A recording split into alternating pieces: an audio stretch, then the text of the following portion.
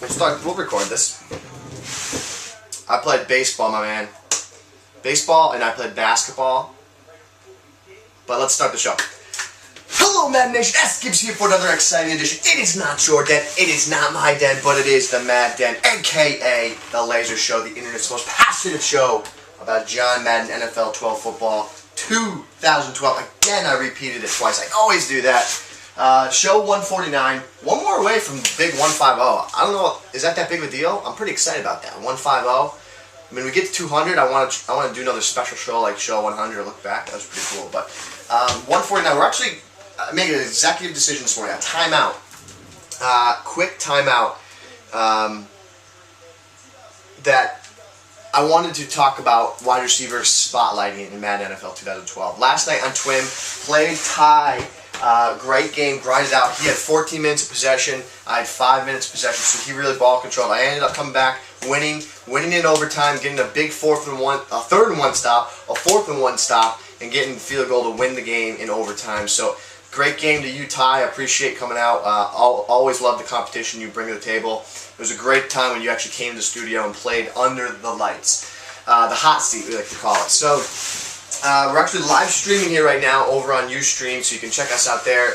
Sometimes I do these live Madden shows, but just because, I don't know, it gives a little different feel, I guess. I don't know. Some people say they like them, some people don't. I don't really know. But show 149, Twin 57 was great last night. Today, though, I got pretty, I don't want to say heated, I got pretty passionate last night about wide receiver spotlighting. And I understand that there's a lot of frustration going around about slants to the outside, right? It's just very easy to complete this year. And purple zones, we expect that should be able to get in that area of the field and defend against them. And I don't blame any of you for feeling that way. I agree with you. I think that there's an issue with it too. I think that I wish the purple zones got out there more. They played a little bit better. They reacted a little bit better to those slants. So what we want to focus on today, yesterday we literally got our beakers out, we got our lab coats on, and we just got in the lab. Everyone that was in the stream was just throwing ideas out. We were trying it, not trying it, doing this, doing that. Figured out spotlighting a zone defender, which you don't even have to be on the guy. You just spotlight. You put the guy in a purple zone, put a guy in a blue zone. Like if it's a deep route, like a deep post or deep streak, you could drop a guy into a deep blue and then spotlight the guy that's going deep, and that deep blue will follow him downfield. If you're facing slants, if you put a guy in a purple zone and spotlight that guy, he'll go out and defend it. Gotta work on curls, but we'll have to get that later in a minute. But let's break down more. Spotlighting will shut down at least one option that your opponent is going to. It will. It is a fact, not opinion. It is not opinion, not fact, because you got to get in the lab, try it out. I gotta say that, I mean, I had messed with spotlighting and mentioned it a couple times earlier this year, but it never seemed to really have worked properly. I remember working pretty well in Madden 10, dropping a guy like a DN in the yellow zone. It actually did a pretty good job stopping like deep seam routes, like deep streak routes. It was a yellow zone, but you spotlight the guy in the seam, and it did actually a pretty good job defending that. So, but then last year it didn't really seem to work all that great. So I kind of got away from it, kind of abandoned it. And then this year, I didn't really tinker with it too much. I didn't actually get my beakers out. I didn't get my, my beakers out right there. Patriots 5-1, top of the AFC East, NBD, Tom Terrific, MVP of the league, whatever. I didn't get my beaker out, didn't get my lab coat out, and didn't break down how the spotlight actually works. So today, a little more in depth. I've been labbing all morning, labbed last night, of what a spotlight wide receiver will do. So I want to get into the lab. I want to focus on this, a live national internet Madden show right here. Let's get our zoomy zoom on. We gotta zoom. My computer, I can't shut it though because we're live streaming. So this is gonna be different. So I'll just move my computer over there. I'll put that right there. God. I'm probably gonna shut the system off by doing this. Boom. I think that's pretty good. I don't know. You tell me. Okay, that looks pretty good. What's up, Nika?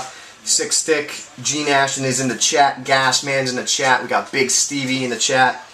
I love doing these live shows. I don't know. It's a different element. But let's take a look. A look-see here. A look-see here. So, just for example, let's take a look at this play right here. Let's talk about the slants that everyone's seeing this year. So, I mean, it could be any type of combination like this, right? Maybe curls, maybe a mesh combo in the middle of the field, some slants, maybe one slant, maybe one curl, maybe two verticals. But the focus on is the X route and the B route here to forward and boss. And what you're seeing is this: a snap, he gets to the sideline, you just throw. And it can be it's just very annoying to defend. It really is. I've faced it many times. A lot of the Virgin Gaming tournament games, the EA Sports Arena, you can check that over there, virgingaming.com. But it's just a slant to the outside, and you just throw it to him like so. It's tough to defend. I mean, your defender doesn't get over there properly. Not properly, but he just doesn't get in good position to make a play on the ball. So then, you know, your first natural instinct would be, okay, well, I'm going to drop a guy in a buzz zone. So at the snap of the ball, it looks like the buzz zone is going to get out there. But then the buzz zone will just stop. They just kind of stop dead in their tracks. And that's when the frustration starts to occur, because, well, why is that guy just stopping, and why won't he get all the way to the sideline to help defend that route? So let's show that again. Just the purple zone. You throw it there, and then that time he actually played like a stud. But the gist is that purple route doesn't usually get over there to make a play. So what we wanted to focus on, well, why not take our guy, drop him in a purple, both purples. We'll only rush one guy, two spies, and then we just go deep here. We just drop deep. This is what I did last night against Ty. I was very wary of what he did. I wanted to see if I could. I knew he was going to go to curls. I knew he was going to try some slants, and then I just dropped deep to try to make plays. I had two nice user picks. What is up, Sean? You're new to the chat. I haven't seen you before. I appreciate that, man. Sean GSU in the chat. So let's spotlight Jacoby Ford. And what I'm doing here is I'm just hitting R trigger and X. That's a quick way to do it. So again, I'll put it up on the screen here. R trigger and X. What is a spotlight? A spotlight is the defense recognizing one specific player on the field and paying extra attention to him. So by dropping that DN in the purple zone there, he's going to pay a little bit more extra attention to Jacoby Ford. So snap of the ball, here it is. He gets out there, and we're going to go to instant replay. I'm going to show you what happened here. Let's talk about what the spotlight does versus what a spotlighting a guy won't do.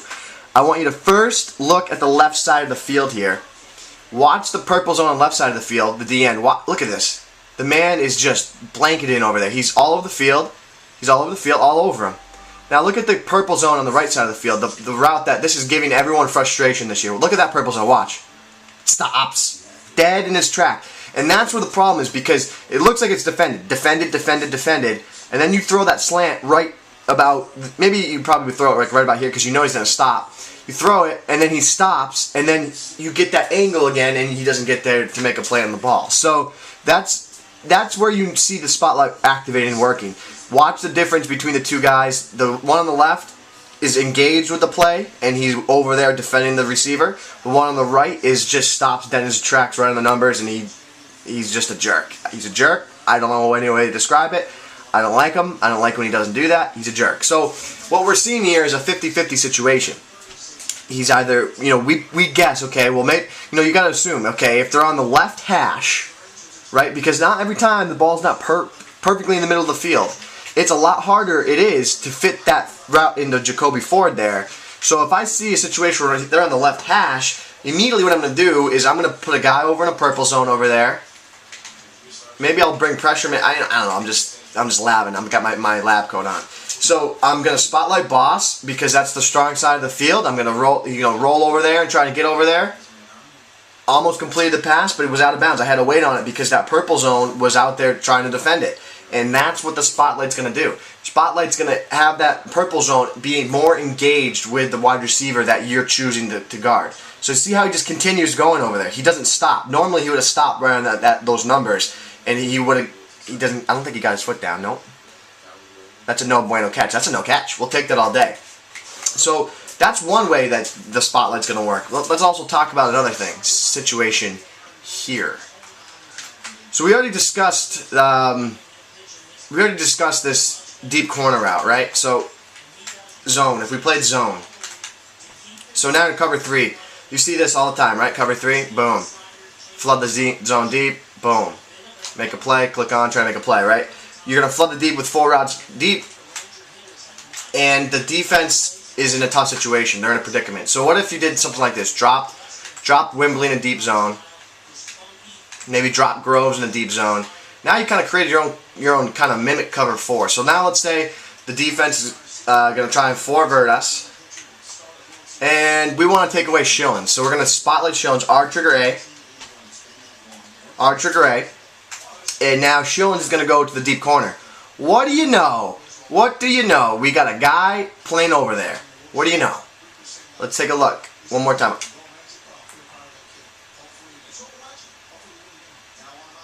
Beautiful. We got a guy over that slot, guy in that slot, guy in that slot. Boom. You gotta love that. Now, so what would happen though if we put a purple there? That's my question. My question is, what if I put a purple zone and then spotlight? So if I did this. Now what if I spotlighted Schillens here? R trigger A. On PS Tray, Sean, you want to do R2 wide receiver icon. R2 wide receiver icon. So here we have Chad Schillens, and I spotlighted him. Let's see what happens with the purple zone over there. Does he get back? He doesn't, but we still have that cover 3 over there. I want to go look at instant replay. The purple zone doesn't get out there. But let's take a look at what else happened on that play. Ah, okay, so we had that far left was completely open over there. Let's try and spotlight the other side. I just want to see what happens. Oops. So we'll spotlight now. Now we're going to spotlight Darius Hayward-Bay.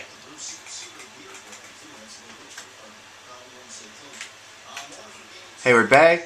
But now this time, okay, so what you're seeing, again, you could do in a cover 3, you necessarily don't have to play a cover 4. And what I want to talk about there is the following, right? You don't have to play the cover 4. You just have to say, what I'm seeing here is you can take away and get your one-on. So yes, you have a one-on-one matchup there. One-on-one matchup here, which is fine. You can try and click on and make a play. One-on-one matchup there. And you have a one-on-one matchup deep here. What I'm going to recommend is you pick which side of the field you want to take away. And again, that's probably going to have to do with what hash you're on. You pick which side you want to take away. You get on a user guy and you follow that deep corner route. You follow it. You just go over there and make a play on it. You follow it. And where actually this is making me think that this could be beneficial is, yeah, if you're in like a gun formation like I was just in, gun tight, it's balanced. Now, if you're in a formation like the following,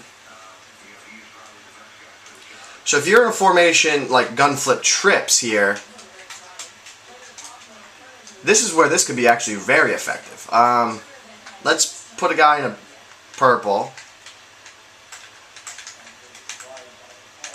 You know, we're gonna send pressure here.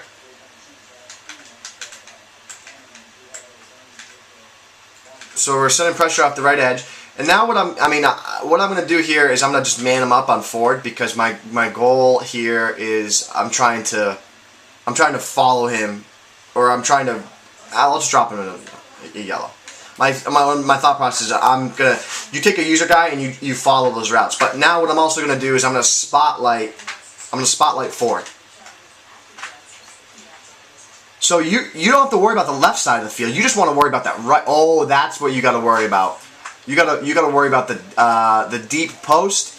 So if you're facing gun flip trips, you can take away that deep corner because you don't have to worry about the left side getting flooded on the left side. You only have to worry about getting flooded on the right side. So we did a great job taking away forward. Forward was taken away. Our issue was our deep safety. But what if you... In my head, I think this might work very effectively. So, in my head, this is what I'm seeing. In my head, this is what I think I can do. Drop McLean. Drop McLean into a deep zone. I'm assuming that both McLean and Branch won't break to forward. And let's see what happens. I don't know. We'll see. We'll see what happens. They might. They might both break to forward. Yeah, they both break to forward, which is not a good thing. So what you want to do, what you could do in this situation is, you know that Branch is going to break towards Jacoby Ford. You know he's going to go over there. What happens if I shade the safeties out, though? He's still going to go over there? I don't know. Let's try it. So this time I shaded the safeties out. Yeah, he still leaves that guy wide open there. So what you have to do is you're going to say to yourself, okay, I'm going to take away that deep post, and I'm not going to let him flood me on the right side of the field. So what you're going to do is you are going to spotlight Ford, and then your goal after you spotlight Ford is you're gonna drop deep. And for this purpose, because I'm playing offense too, I'm just manning McClain up on Boss. So but you would want to drop deep with McClain. So now that A route is so annoying. And now look, you got guys over there to defend it. You have a route over the middle of the field. It's like you're playing it's like a fake cover 4. You just have to be wary of defending the deep middle with a user guy. You have to watch for that user defender. So as you can see, we dropped left over there. That's covered pretty effectively. That deep corner that's just such a pain in the neck is now defended with just a cover 3. And then we just manually spy that deep route over the middle of the field. So what I'm going to recommend to everybody is start getting in the lab. I'm going to do it too. We're going to all work on this together, figure out the best way possible to use these spotlights. We can probably get pretty creative with how we're going to use wide receiver spotlighting in Madden NFL 12. So that's my challenge to you. We're going to get back on board with our next show and continue the Buffalo Bills breakdown, but I felt like this was a pretty important topic. I wanted to break it down a little bit more. So as always though, guys, I'm pumped about this. I think this is pretty good. I think it's, not revolutionary, but it's something that's really going to help, remedy a lot of the problems we might be seeing with the slants. And it's just the tip of the iceberg. Let's see what else we can do to get better at this and how else we can get to be more effective. I mean, yeah, shading guys might be better. Maybe now we inside shade, outside shade. We got to use the tools at our exposure. I think we all have done a great job using zones, spies, things like that, getting creative with that. Let's start using the extra tools that we have, which are wide receiver spotlighting, shading guys, delay bump and run, things like that. So let's get into that. Let's get into that habit. Let's start figuring things out. You get in the lab. I'll get in the lab. You come to me, say, Gibbs, I got something cool. I think this works. And I'll say, all right, I'll try it. I'll come back to you and say, no, this is cooler. Try this, yada, yada, yada. But that's show 149, guys. It's a good one. It's a long one, 18 minutes or so right here. It's one of the longest ones we've had this year. But I appreciate it. A live show. Let's give a shout out to everybody that tuned into the chat here for the live show. We got Bad Axe, Big Stevie, Gasman, Gorilla, Six Stick, Jay Credible, M Random, Nika, Sean. I appreciate all of you guys coming in, watching this live Madden show, show 149. And if you missed the live show, I don't know. Not my fault. Your fault. And maybe it's not your fault. You're probably at work doing something cool. But big Virgin Games coming up this week, and I'll see you guys all there. As always, guys, as always, a whole lot of you and only a tiny, little, teeny part of me. We are changing the Madden community one snap at a time.